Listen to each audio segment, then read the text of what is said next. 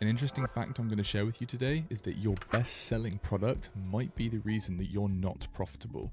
I'm talking about the product which is driving the most revenue for your business right now, and that could actively be killing it. Now, most e-commerce brands these days scale based on two factors. Number one, how many units they're selling of a particular product, and two, are they hitting their general blended ROAS or MER target they have set for their whole product lineup. But here's the problem. Neither of those metrics actually tell you if you're making any money. You could literally be doing £1 million a month in revenue and still be completely broke. And that's because you're pushing products which cannot fundamentally be profitable at scale. And I can tell you from first-hand experience that we have seen this exact scenario. A brand doing 700k a month and yet losing 40k in net losses because they didn't push the right products. Using the exact mindset and processes that I'm going to be showing you in this video, we cut their net losses in just 90 days, and now we've over 4x their monthly revenue. Now, the first issue that most brands have is a pricing problem. Now, the reason I'm starting with this is because most brands seem to get this wrong at day one. They either guess what price they should be pushing, try and directly copy their competitors who have a completely different business setup,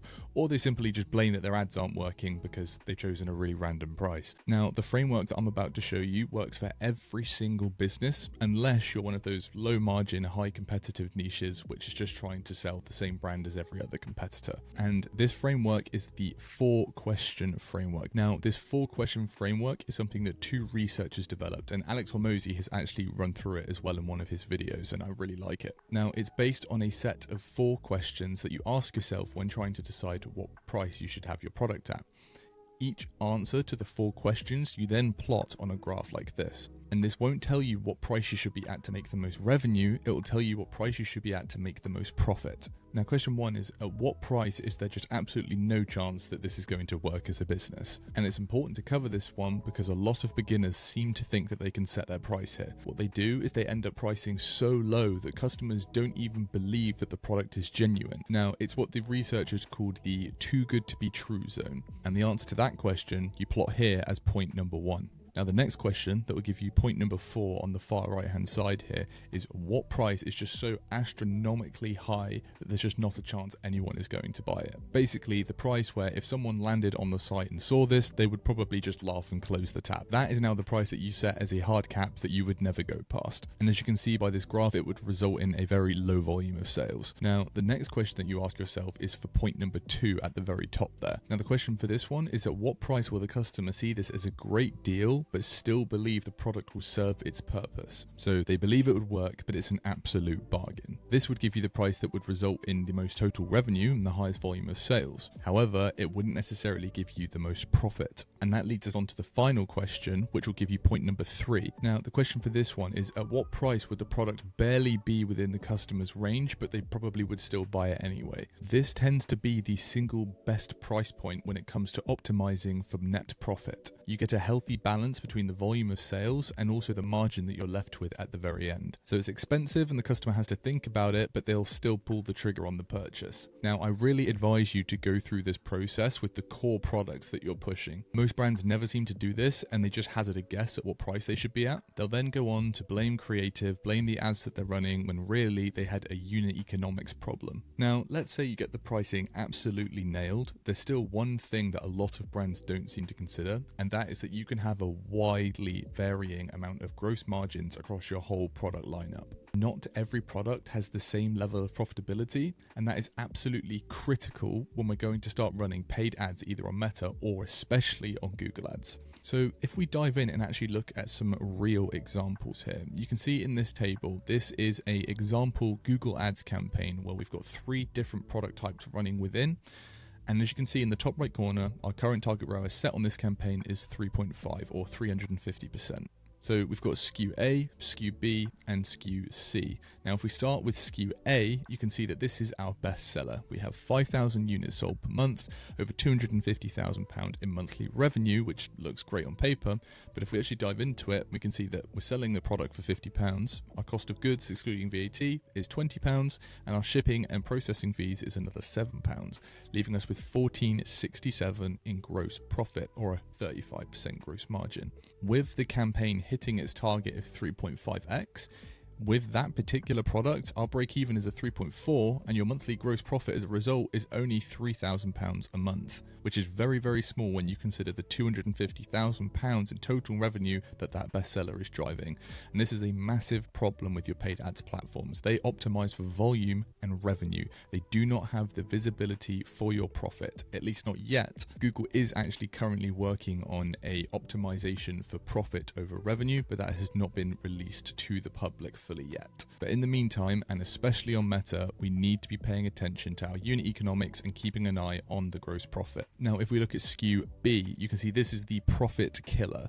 Whilst we have a higher price of £60 and we're selling 2,500 units a month, £150,000 in monthly revenue, but with a cost of goods of £32 and a shipping fee of £7.50, that only leaves you with £10.50 in gross profit and a 21% gross margin. So as you can see, even though you're doing £150,000 in revenue a month and 2,500 sales, you're still losing $8,500 in net losses every month as a result of this SKU and your margins. And then the final one, which is SKU-C, which is the sleeper. This is the product that sat there, consolidated into the same campaign, and because Google's going after volume and high revenue, it's not pushing it, but it could be a serious winner for you. This is a product which has sold a lot less. We've only had 1,000 units sold, which has only resulted in £40,000 in monthly revenue because it's slightly lower AOV of just £40.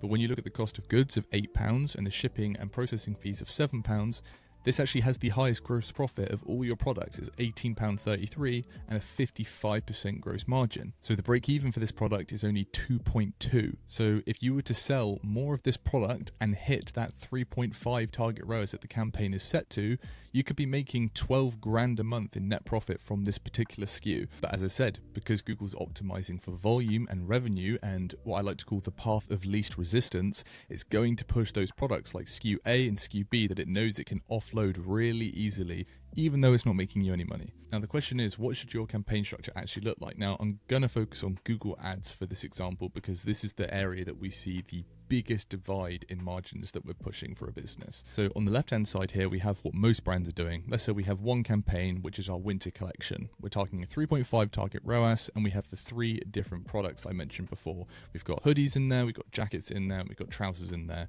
and those there are their effective gross margins. You've got 35%, 21%, and 55%. As we have seen just a second ago, this is going to drive a pitiful amount of profit, if any. So we break out the hoodies, we put a 5.5x or 550% T ROAS on that particular campaign, and now we know that with the 35% gross margin, we will be profitable on those sales. We go to the jackets campaign that has a 9.5x target ROAS because it's got a much lower 21% gross margin. And we know if we hit that target, it will be profitable. Then if we go to the trousers campaign, we can still continue with a 3.5x target ROAS, but know that we're going to be making a lot more money now that the other products aren't there, taking all of the spend. This might sound simple, but yet so many brands are simply not doing it. Now, this stacked with the other best practices that I have gone through on this YouTube channel is exactly how we're scaling brands past 7 or 8 figures with both Meta and Google Ads consistently. I have a perfect example here of a brand that came on board with us in August of 2024. And you can see before from this Google Ads chart, they were doing 600K a month via Google Ads. They were pushing poor profit products, they had a messy campaign structure, and lo and behold, they were losing 40K a month in net losses, even though that Google Ads was driving 600K in revenue and the back end was doing around 700K.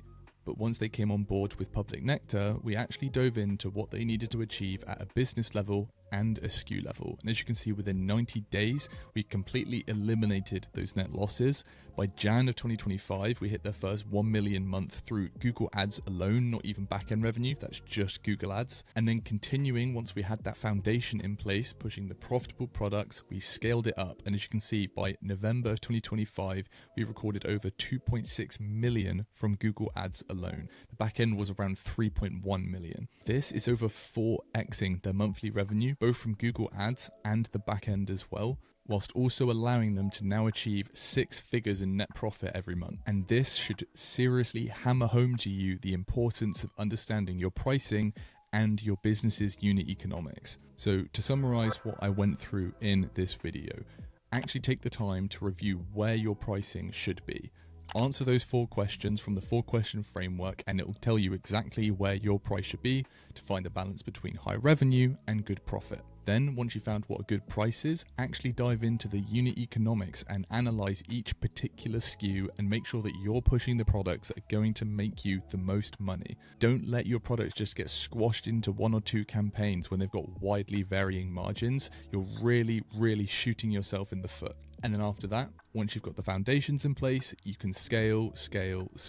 Now, I hope you found that video helpful. There'll be more coming soon, so do like and subscribe if you want to see more. There's lots of other videos on the channel if you're new here as well that can teach you all about Meta and Google Ads and how we run things at Public Nectar. Now, if you'd like to speak with our team and consider working with us, there is a link in the description below where you can get a completely free growth audit from our team of experts. You'll basically take us for a test drive and we will show you exactly what we would implement in your paid ad accounts to take you from where you are now to the next level, just like we did for this brand in this video. We would absolutely love to turn your brand into our next success story. And with that, I'll see you in the next one.